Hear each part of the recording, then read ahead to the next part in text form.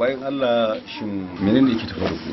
Ranka ya daɗe, ƙara na kawo yau tsawon shekara 3 tunda muka yi aure da shi har izuwa yanzu bai taɓa shiga ɗaki na ba. Ranka ya daɗe shine na kawo ƙara ya sauwaƙe min kawai. Ai babu maganar rabuwa aure tunda ke dai yanzu ƙara ke kawo. In Allah da abin da zai zama miki masala akan sha'anin ƙaraki ai shi za a yi Allah ya ki dan saurare ni kaɗan. Da cijo abin da ta faɗa gaskiya ne. Haka ne na inda kake wayayyen nan haka wa iganka yaga kamili yaga wayayye ne tsatsi a sha'anin auren ku da za a yi ba a yi abin da ake kira gwaji ba. an yi gwaji bare mako tun da wani rashin lafiya ta sani baka taba jarraba ka je ka nemi wani magani ba dan ka samu lafiyar da zaka sauke haƙƙin iyalinka da yake kanka.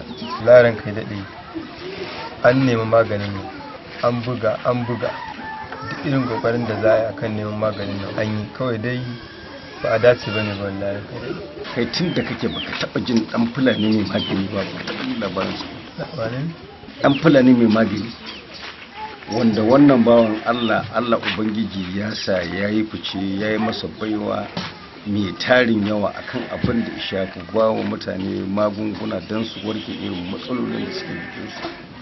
Kai baka taba samun labarin sa ba gaskiya ba taba jin labarin sa. dan fulani mai magani Allah tabaraka wa ta'ala ya hore maganin da zai magance irin matsalar da take damun mafitsara ta ɗanan mace. Dan fulani mai magani Allah tabaraka wa ta'ala ya yi masa baiwa ya hore masa maganin da zai magance irin ciwon da yake damun mutane irin na mara. Sannan Allah ubangiji ya hore masa magani na basir kowane iri kowace kala irin basir da zai kashe mutum ya hana shi gudanar da sunnar ma'aiki da wanda duk yake damun mutum Allah tabaraka ta'ala ya hore masa maganinsa. Wannan mummunan ciwon diabetes wato ciwon shiga Allah ubangiji ya hore masa maganin wannan cutar. Yanzu zai baka dora ka akan ka'ida ka sha maganin nan zaka zama tamkar baka taɓa wannan ciwon ba. Sannan Allah ubangiji ya hore masa magani na magance ciwon rashin kuzari tsakanin mutum da matarsa. Sannan Allah ubangiji ya hore masa magance irin ciwon da yake ta damun mazaje wajen karancin mani. Sannan da shauran cututtuka barkatai da suke damu wanda suke hana mu gudanar da sunnar Annabi sallallahu alaihi wasallam. Kai tsaye da kai yanzu din nan kar ka zarce ko ina ka tashi da kana ka zarce wajen dan fulani mai magani. In Allah ya yarda wannan matsalar taka za ta gushe. Sannan kuma ba kai ba duk mutumin da yake fama da matsalolin ciwo na irin wannan da na lissafa to yayi gaggawa ya haɗu da ɗan fulani mai magani cikin yarda Allah ba dole ga ubangiji. In ya baka maganin zaka sha zaka warke ka samu lafiya.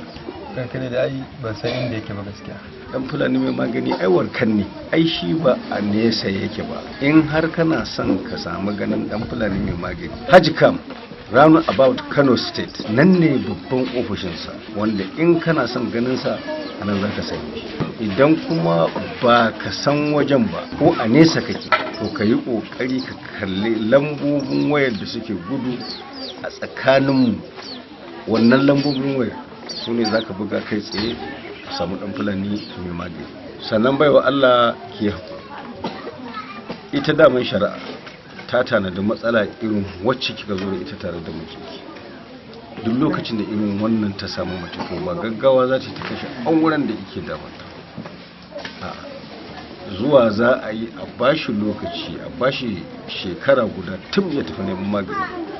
In ya samu magani shikenan aure ya ci gaba. In ko mutum bai samu magani ba shikenan sai a tarar da wacce ba a so.